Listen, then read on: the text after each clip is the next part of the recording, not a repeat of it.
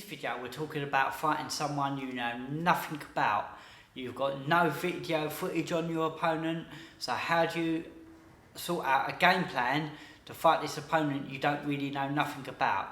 So in this video we're going to be talking about how there is things you can do to get a slight advantage to find out a little bit of information about your opponent, even if there's no video footage of these fights whatsoever.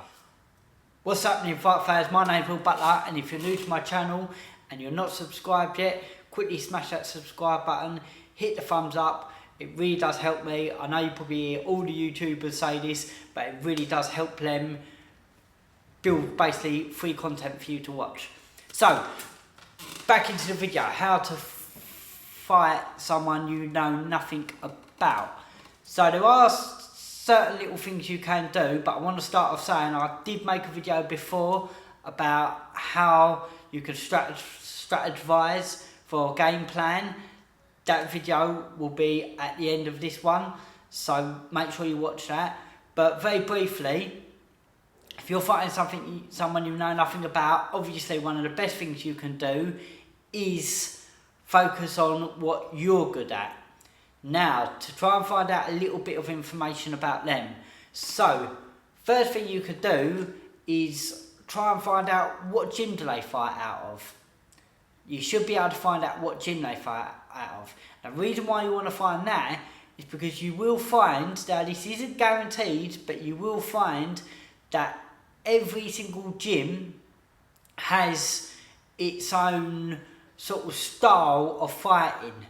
Not all gyms, like I said, not all gyms, but you will find, even though they're MMA gyms, you might find that they're more stand-up fighters out of that gym, or they're more groundwork fighters, or they have a really aggressive sort of style, or maybe they're more of a counter sort of style. You do find that with gyms that they do have different sorts of styles will come out of that gym. So let's just say you found out what gym it is, and it's got a random name, gives you no clues, there's no other fighters out of that gym, so that doesn't help you.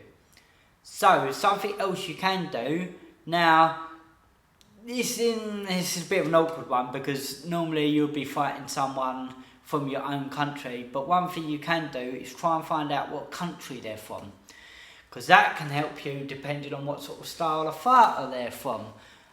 Obvious reasons, if they're from Thailand, they might come with a Thai sort of style base. If they're Brazilian, you could assume they're good at Brazilian Jiu-Jitsu. If they're American, you could assume they're good at wrestling.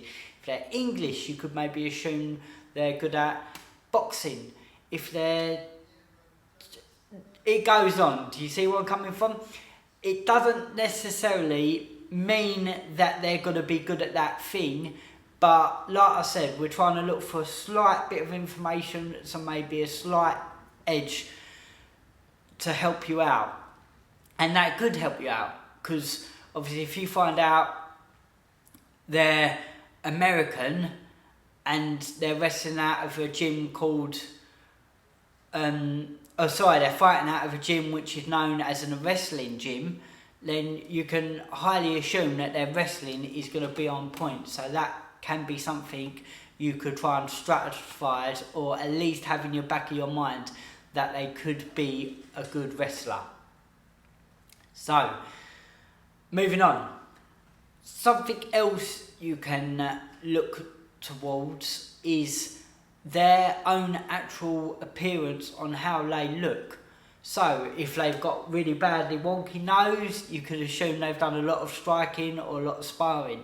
If they've got really bad cauliflower ears, you could maybe assume they do a lot of wrestling. Now, as for the actual physique, if they're short and stocky, you could assume they could be a good wrestler or a power striker. If they're tall, skinny and lean, then you could assume that maybe they've got good kicks, but they might not be as good at wrestling, but they might be good at jiu-jitsu. Now, I don't go to say that everyone who's tall and skinny isn't good at wrestling and vice versa. It's just for the average norm. If you're short and stocky, you're normally a good powerful fighter. If you're tall and lean, you're normally a good cardio, striking, counter striker type fighter. So that is something else what could help you get a slight advantage on your opponent.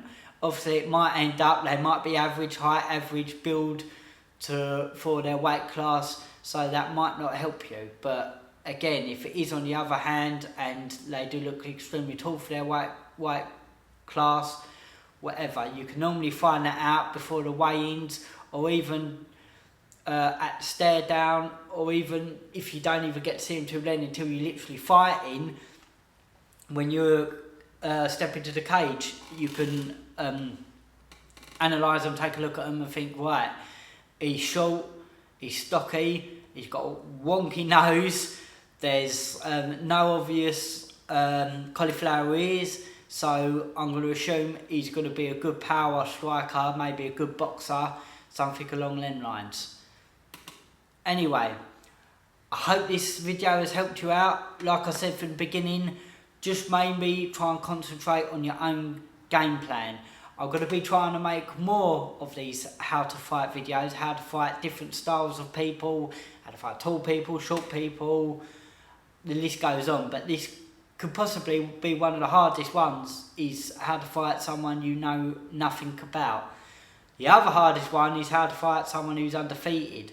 So I'm going to be working on that video as well.